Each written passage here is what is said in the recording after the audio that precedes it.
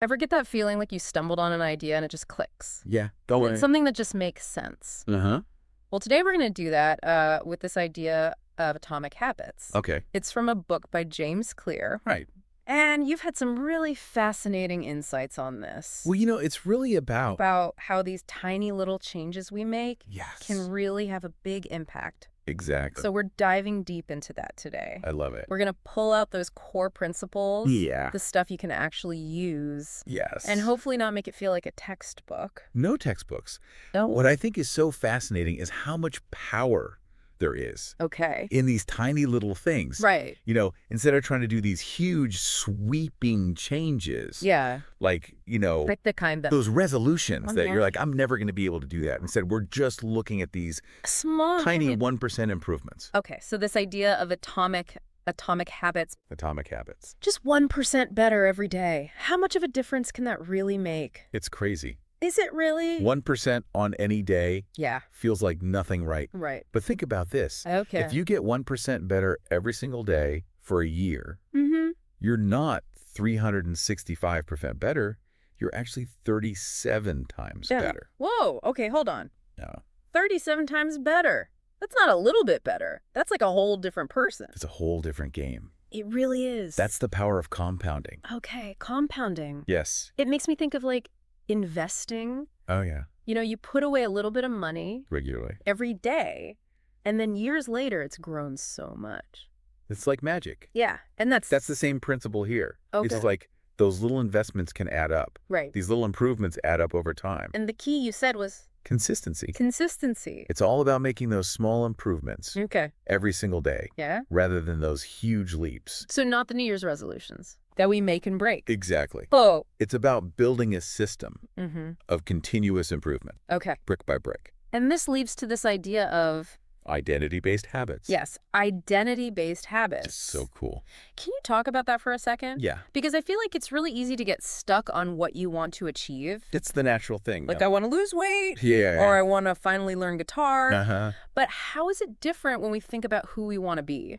So I think the typical approach is to focus on the outcome. Like, what do I want to achieve? Yeah. But identity-based habits flip that on its head. Okay. Instead of asking, what do I want to achieve? Yeah. You ask, who is the type of person who achieves that? Okay. It's about developing a sense of self Yeah. that matches with the habits you want. So instead of I want to lose weight, Yeah, it's I'm a healthy person. exactly. But how does that make a difference? Our self-image has a Okay. huge influence on our choices. Interesting. When you really believe you're a certain type of person, the things you do Right. just naturally align with that belief. So give me an example. Let's say you want to quit smoking. Okay. If you keep thinking, I'm trying so hard not to smoke, Yeah. it's like you're still a smoker who's fighting this urge. Right. But if you start seeing yourself as a non-smoker, Okay. the choice to not smoke Yeah.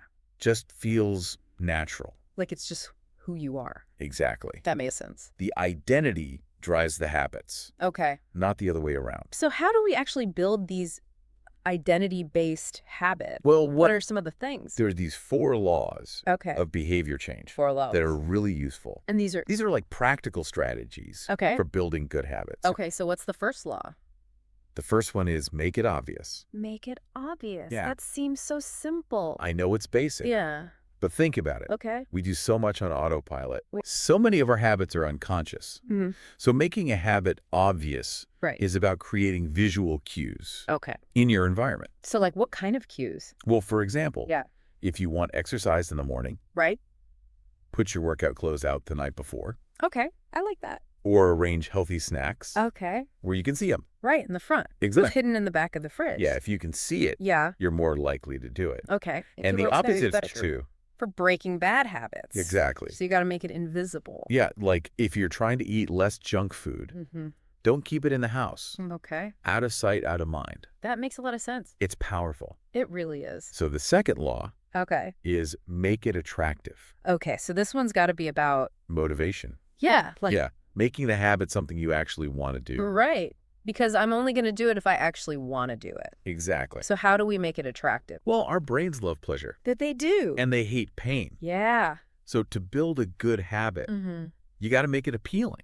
Okay, how do we do that? There's a strategy Okay. called temptation bundling. Temptation bundling. I like that. Yeah, it's about linking something you need to do Okay. with something you want to do. Oh, so like, Like, for example, yeah. only letting yourself listen to your favorite podcast Right. while you're working out. At the gym. Yeah.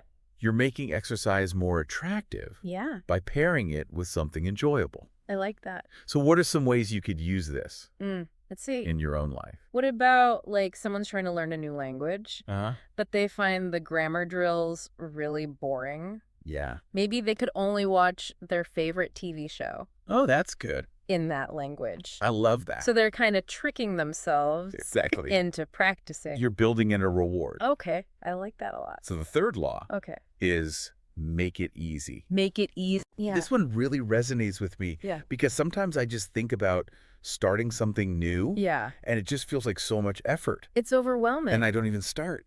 That's the friction. Friction. So the more friction there is, Right. the less likely you are to do it. So we got to reduce the friction Exactly. and that makes it easier. Yes. So how do we do that? Well, one way is to start small, Okay. like really small. Tiny. Atomic. Make the first step so easy Yeah. that it seems silly. Like what kind is silly? Like read 1 page a day. One page. Or do 1 push-up. Just one. Just 1. Okay. Once you do that for a while, Yeah. you can increase it. Okay, so start small and then build up. Exactly. That makes it feel much more manageable. So much more approachable. Right. Not this huge mountain. Okay. And the final law? The fourth law is make it satisfying. Okay, this one seems important It is. because if it doesn't feel good, Yeah. why would we want to keep doing it? Yeah. It's sad. We're not going to do it. Our brains love rewards. They do. So when a habit feels good, Right. we're more likely to repeat it. And that makes it stick. Exactly. So give me an example. Even small acknowledgments can work. Like what? Like saying yes in your head Okay. or checking something off a list or Mhm. give yourself a small treat. Okay. Those little things create a positive feedback loop. I see. And for breaking bad habits, Yeah. you got to make it unsatisfying. Okay, how do we do that? Well, you could track your progress Okay. and see the negative impact of the bad habit. Right. Or you could get an accountability partner. Like a friend Yeah, someone who'll call you out. when you slip up. Exactly. That's a good idea. It makes the bad habit less appealing.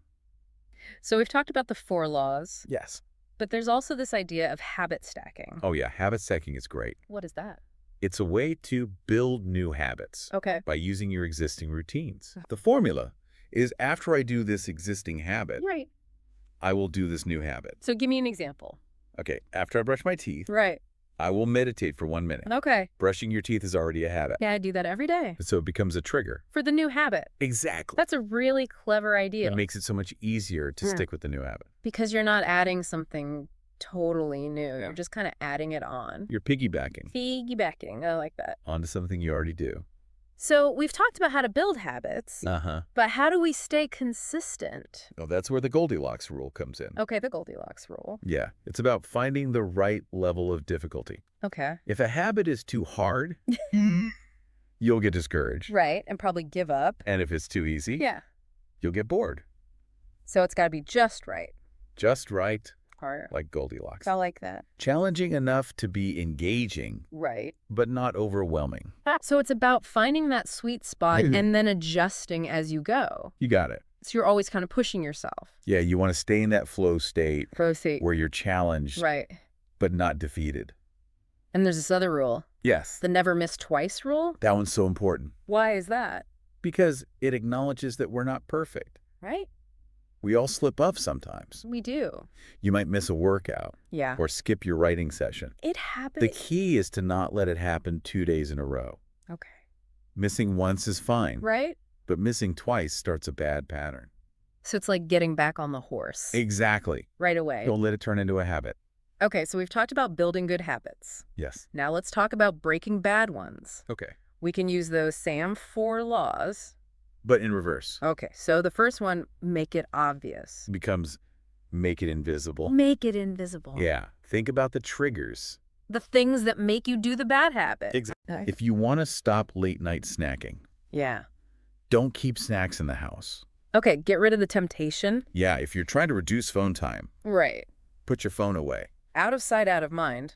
It works. And what about make it attractive? That becomes make it unattractive. Make it unattractive. Yeah, focus on the negative consequences. Okay. Think about the long-term effects. So, like, if I'm trying to quit smoking, Uh-huh. I should think about the health risks. Exactly. And that'll make it less appealing. It can shift your perspective. And what about make it easy? That becomes make it difficult. Make it difficult. Yeah. Put obstacles in the way. Okay. If you shop online too much, Right. delete your saved payment info. Oh, that's a good one. Make it harder to buy things. I like that. Add more steps. And the last one, make it satisfying. That becomes make it unsatisfying. Make it unsatisfying. Yeah, use accountability. Oh, right. Like telling a friend. Exactly. And having them hold you accountable. So if I don't do it, Yeah. there's a consequence. Like maybe you have to donate to a cause you hate. Oh, that's a good one. It makes you think twice It really does. about doing the bad habit. So we've covered a lot today. We have. But what's the main takeaway? The main takeaway is that our habits shape our lives, Even the tiny ones. especially the tiny ones. Okay. Those little things add up over time. And it's not about those huge overnight changes. No. It's about consistency. It's about those 1% improvements. And focusing on who we want to be, yes. not just what we want to achieve. Exactly. And if we mess up, We use the never miss twice rule. to get back on track. It's a powerful tool. It really is. So for everyone listening, Yeah. think about one small habit you could start today Just one tiny thing. that aligns with who you want to be. Okay. And imagine how that could change your life a year from now. I like that. It's about designing your life, Yeah. not just waiting for things to happen. So what small change are you going to make today? Think about it.